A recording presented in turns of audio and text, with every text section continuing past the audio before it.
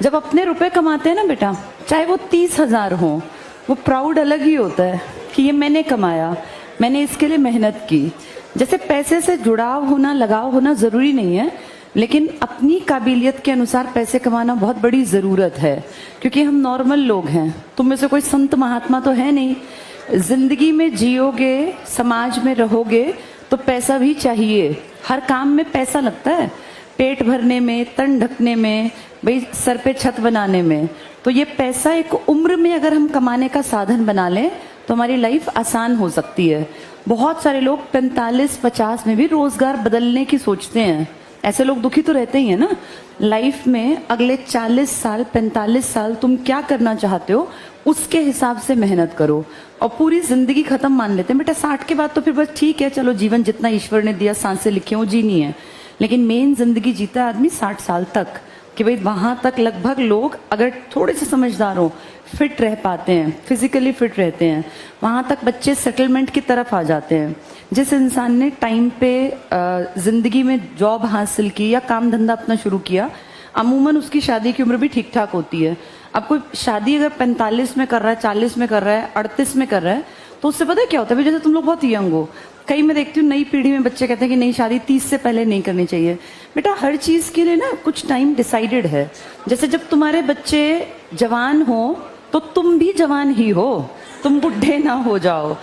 जैसे जिसका बच्चा 18 साल का हो, अगर वो 65 साल का है तो फिर उस बच्चे को भी एक अच्छा वैसा बाप नहीं मिला जिससे कि वो अपनी बातें शेयर कर पाता या कर पाती। बच्चे जब 18 साल 17 साल 15 साल के हो ना, तो माँ बाप भी 50 के हेरफेर में होने चाहिए, 48-50 के बीच में, जिसके बेटा बेटी जवान हो। जैसे पुराने लोग क्यों ठीक थे, वो लोग ना टाइम पे अपने काम धंधे, टाइम पे शादी ब्याह, टाइम पे अपने बच्चों को सेटल करते थे। अब तुम्हारी जो पीढ़ी है, तुम लोगों को सेटल होते होते अगर टाइम ज्यादा लगेगा तो उससे तुम्हारी शादियां लेट होंगी। लेट शादी होने का एक नुकसान पता है क्या होता है, एडजस्टमेंट की एक पावर है बेटा, वो एक एज में ज्यादा होती है। जैसे किसी भी लड़की को 20 से लेके 25 तक, 24 तक बेसिकली अगर कहीं और सेटल होना पड़े तो फिर भी वो ढल जाती है। अब कोई 35 साल की महिला से मैं सोचे कि वो घर आके एडजस्ट करेगी, बिल्कुल नहीं करेगी, और वो गलत भी नहीं है। सबका जिंदगी जीने का एक ढर्रा बन जाता है। 32 साल 35 साल 30 से ऊपर, इनफैक्ट 29-30 में भी जिस टाइम आप सोते हैं, उठते हैं, काम करते हैं, आपको वही आपका पैटर्न ऑफ लाइफ बन जाता है। 22 साल की लड़की किसी दूसरे के घर जाके उसके अकॉर्डिंग सारे काम में ढल जाती है। ये जो कहते हैं ना आजकल शादियां नहीं निपती, इसका बड़ा कारण ये भी है, लेट मैरिजेस में लड़कियों को एडजस्टमेंट में दिक्कत आती है, क्योंकि उनका एक दिमाग का एक सेट पैटर्न हो गया, वो उसके अकॉर्डिंग दूसरे परिवार में जाके ढलने में दिक्कत फील करती हैं। तो ज्यादा अच्छा है टाइमली पढ़ो, टाइमली अपनी लाइफ को सेट करो, टाइमली अपना गृहस्थ आश्रम में जियो, और तुम्हें अपनी अगली पीढ़ी भी अपने जवान रहते रहते ही जब बड़े होते दिखेंगे ना, तो वो ज्यादा अच्छा लगता है। एक 25 साल 30 साल की माँ हो और एक 40 साल की माँ हो, 40 साल वाली का बच्चा जब पीटीएम में जाएगा तो 45 की हो जाएगी वो। फिर वहां सबकी तो दादियां आएंगी और वो जो है अपने बच्चे के इसमें, तो इसमें गड़बड़ रहती है। मतलब बच्चे को भी लगता है मेरे माँ बाप बुढ़े हैं। अपने बच्चे से थोड़ा ही बड़ा होना होता है, 25 से 30 साल। अगर आप अपने लड़कियां खासकर, अगर आप अपने बच्चों से 35 साल बड़ी हैं तो फिर आप में और उनमें कभी दोस्त वाली बॉन्डिंग बन ही नहीं पाएगी। जवान होती बेटी के साथ माँ भी इतनी समझदार हो जो वो पुरानी पीढ़ी की बातें ना थोपती रहे, माँ इतनी एडवांस्ड हो, उतनी सोच के साथ उतना आगे चलने वाली हो। तो ये कहीं ना कहीं एक गैप कम किया जाना चाहिए। और लड़कों को तो बेटा पूरी जिंदगी कमाना है, इस बात को अपने दिमाग में रखो। मैं अपने एक्सपीरियंस से बता रहा हूँ, तुम्हारी माँ की उम्र की मैं हूँ, तुम्हारे ऊपर जिम्मेदारी बहुत ज्यादा है। देखो लड़कियों को भी कमाना है, मेरे पास तो बेटी भी है, मैं दोनों के साथ पार्शल नहीं हूँ, और मैं उन दोनों के हिसाब से बता रही हूँ। लड़कियों का कमाना होता है एक्स्ट्रा इनकम, आई नहीं आई तब भी घर चलेगा। लड़कों का कमाना एक्स्ट्रा नहीं है, लड़कों का कमाना बेसिक नीड है।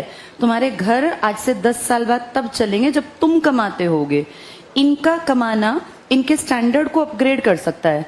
अपनी कमाई से लड़कियां घर के स्तर को बदल सकती हैं, लेकिन लड़कों को तो बेसिकली कमाना जरूरत है, क्योंकि बिना कमाए उनकी दाल रोटी बंद हो जाएगी।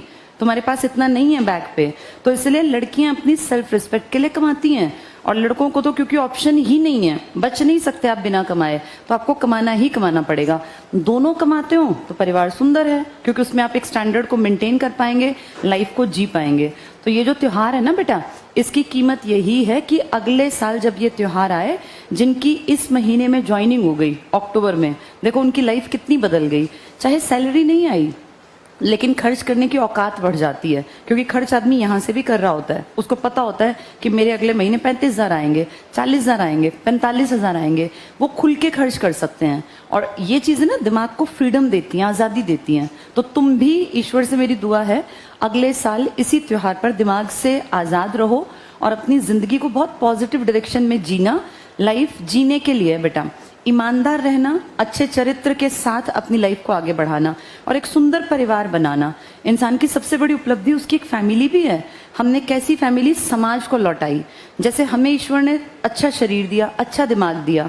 हम कुछ साल बाद तो सब मरेंगे, सब चले जाएंगे, लेकिन हमने पीछे से अपने कैसी पीढ़ियां तैयार की, ये हमेशा योगदान समाज में रह जाएगा। और पीढ़ी दर पीढ़ी जिनके खानदान परिवार अच्छी एक होता है ना, अच्छी जनरेशन बना के जाते हैं, वो हमेशा याद किए जाते हैं। तो जहां हो, जैसे हो, पहले खुद अच्छे बनो, फिर अगली पीढ़ी को भी अच्छा बनाना।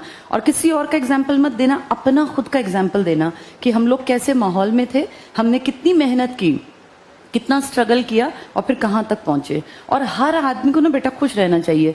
हर आदमी अंबानी नहीं बन सकता, कोई भी नहीं बन सकता अंबानी तो, लेकिन जहां है उससे बेहतर करना है। आज अगर तुम्हारे पास एक कमरा है तो कोशिश करो उस कमरे को तुम 2 में तब्दील कर पाओ, इतने रुपए कमा पाओ। 2 कमरे हैं तो एक अच्छी किचन बना पाओ। यानी जहां है ना, हमारी रेस वहीं से स्टार्ट है। जिसके पास कुछ भी नहीं है, किराए पर है, उसको पहली चीज है कि अपने घर में सामान इकट्ठा करे, ताकि किराए पर भी जीवन अच्छा चल पड़े। फिर धीरे धीरे पैसा जोड़े और जहां कहीं अपना पुश्तैनी कोई प्लॉट पड़ा हो, कोई गांव में जमीन पड़ी हो, उस पर ठीक ठाक सा रहने लायक घर बना ले। हर आदमी की रेस अलग है। दूसरा क्या कर रहा है फर्क नहीं पड़ता, मैं कहाँ था, मुझे कहाँ जाना है, ये मैटर करता है। तो अपनी रेस का स्टार्टिंग पॉइंट तुम जानते हो, दूसरे को नहीं पता। वहां से अपनी रेस में आगे बढ़ते जाना और बहुत पॉजिटिव डायरेक्शन में मेहनत करना बेटा। ये आने वाले 4-5 साल, तुम 4-5 भी मत मानो, तुम मानो 1-1.5 साल में मुझे लाइफ सेट करनी है। तुमसे पिछले वालों को लगे हैं 4-5 साल, तुम्हें नहीं लगेंगे, क्योंकि तुम्हें मौके जल्दी जल्दी मिलेंगे। तो भगवान पे विश्वास रखो, अच्छे कर्म करोगे तो अच्छा फल जरूर मिलेगा। आज नहीं तो कल, लेट हो सकता है। कभी कभी ईश्वर परीक्षा ज्यादा ले लेता है, किसी को लंबा इंतजार करना पड़ता है। पर मेरे सामने आज तक कोई स्टूडेंट नहीं आया जिसने कहा हो कि मैंने बहुत ज्यादा मेहनत की और मेरा सिलेक्शन नहीं हुआ। ऐसा हो सकता है एक बार रह जाओ, 2 बार 3 बार, लेकिन जब मौके मिलेंगे और तुम पढ़ते चले गए ना बेटा, फिर फाइनली एक दिन सक्सेस जरूर मिलेगी। तो उस विश्वास के साथ कि ईश्वर देख रहा है, मुझे सिर्फ मेहनत करनी है। और अगर मैं फेल हो भी जाऊं तो कोई बात नहीं, इसमें अपनी कमी ढूंढ के, अपनी कमी मान के और फिर आगे बढ़ने की तरफ चल पड़ना। ठीक है, ज्यादा दिन उदासी तुम्हारी जिंदगी में नहीं छाए। हमेशा इस बात को एक्टिव दिमाग से अलर्ट होकर सोचते चलना कि मेरी लाइफ में कोई भी नेगेटिव काम ना हो, मैं नेगेटिव लोगों से बिल्कुल दूर रहूं। और कभी कभी अगर दुख की परेशानी का समय आए भी तो कोई बात नहीं, ईश्वर पे विश्वास रखे कि ईश्वर जो करता है अच्छे के लिए। अगर इस बार किसी का नहीं हुआ तो क्या पता ईश्वर अगली बार और अच्छी किसी जगह ले जाना चाहता हो, क्या पता ग्रुप डी से बेहतर उसके लिए ईश्वर ने कुछ सोच रखा हो। बस मेहनत करते जाना।